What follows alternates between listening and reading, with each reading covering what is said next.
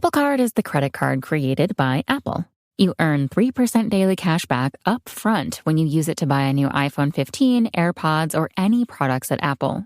And you can automatically grow your daily cash at 4.15% annual percentage yield when you open a high-yield savings account. Apply for Apple Card in the Wallet app on iPhone. Apple Card subject to credit approval. Savings is available to Apple Card owners subject to eligibility. Savings accounts by Goldman Sachs Bank USA, member FDIC. Terms apply. The world is ever-changing, and sometimes we just need a helping hand. Hey, it's Wilmer Valderrama. New apps here, new tech there. It's all very exciting, but it's nice to have something you can count on, like insurance from State Farm. ¿Tienes preguntas sobre tu seguro? Con State Farm puedes llamar a tu agente o conectar con ellos. Aprende más en es.statefarm.com. Like a good neighbor, State Farm is there. Hello and welcome to a new podcast, The Paddock and the Pavilion with Stephen Wallace. In each show, Stephen will interview someone connected to the world of horse racing or cricket. Hello everyone, welcome back to part 2 of the racing year with John Berry and Richard Pitman. In this short podcast, I asked the two racing experts about their favourite moment of 2021 and for a horse to follow in 2022. First at the tape is Richard with his favourite moment. Well, I think Rachel Blackmore winning the Grand National, because I'd said it right from way back when, what's her name, was fifth. The first girl to finish fifth went to New Zealand afterwards, on Fiddler's Pike, Rosemary Henderson. When she finished fifth, she was very much a hunting girl, and she finished fifth then, and I said, a girl will win the National before she wins the Gold Cup because of horsemanship, knowing your horse, and that sort of thing. Well, I only just became prophetic because Rachel nearly won the Gold Cup. So I was very pleased for that moment.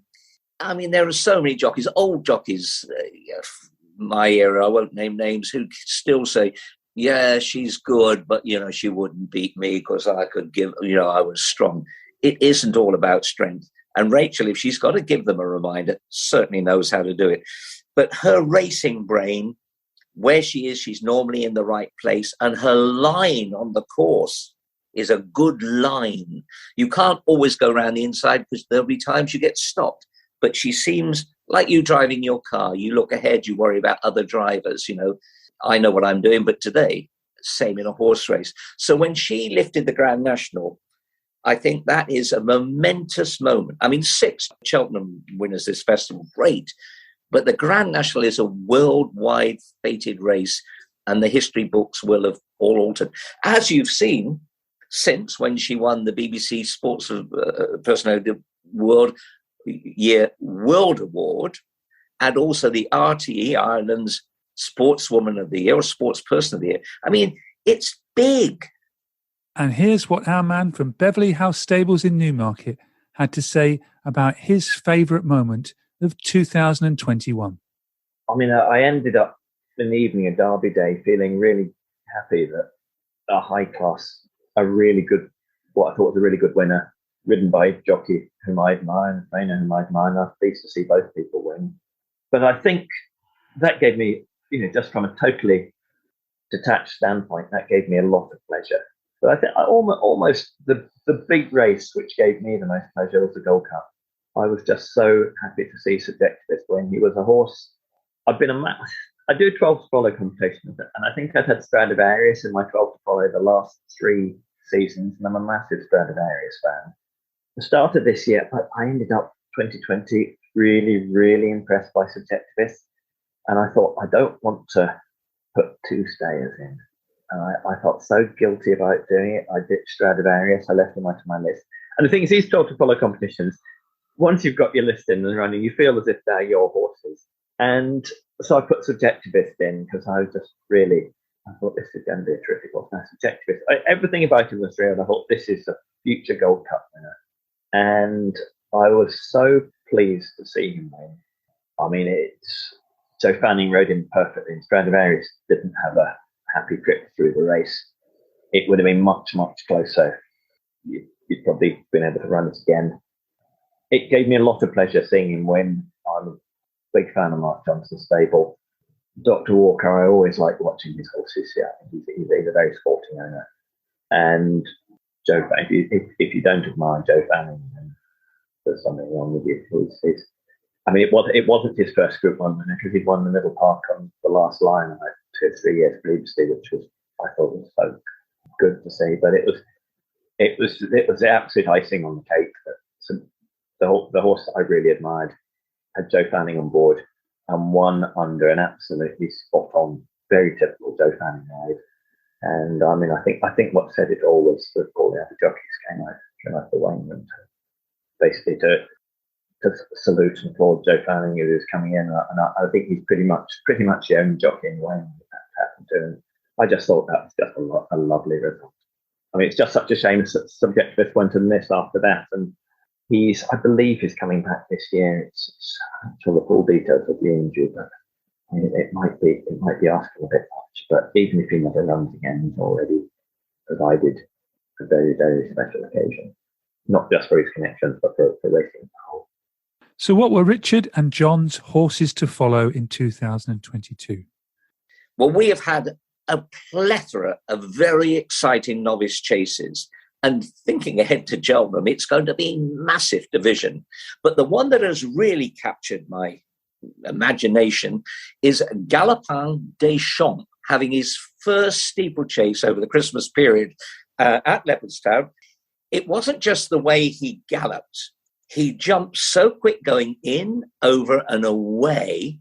He never took chances. He could go long when he needed to, or he could go short when he had to.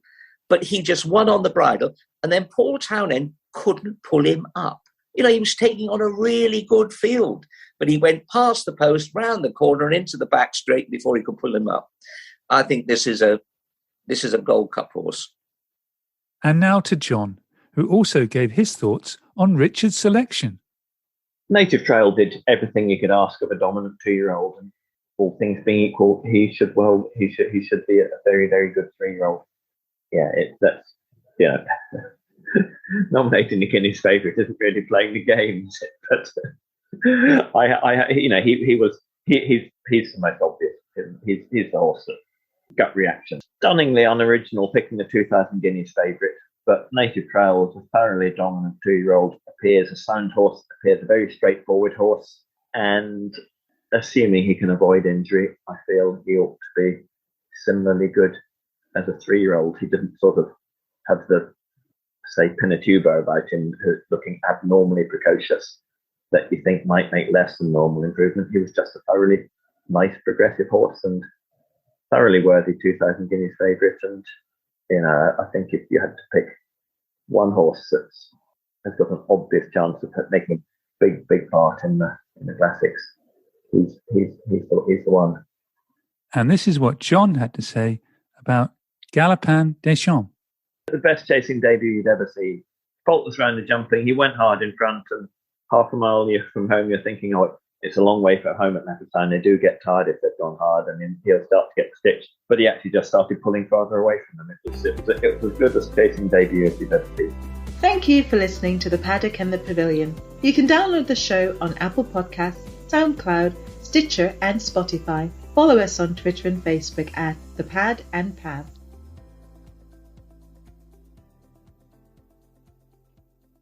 Sports Social Podcast Network. Fisher House has served over 455,000 military and veteran families with no cost to them. I felt taken care of, so that all I had to do was focus on caring for my son. On the road to 100 Fisher Houses across the U.S. and Europe, Fisher House Foundation is an A+ charity with a 4-star rating on Charity Navigator for 20 years in a row. Go to fisherhouse.org for more of the story and your opportunity to help our military veterans and their families when they need it most.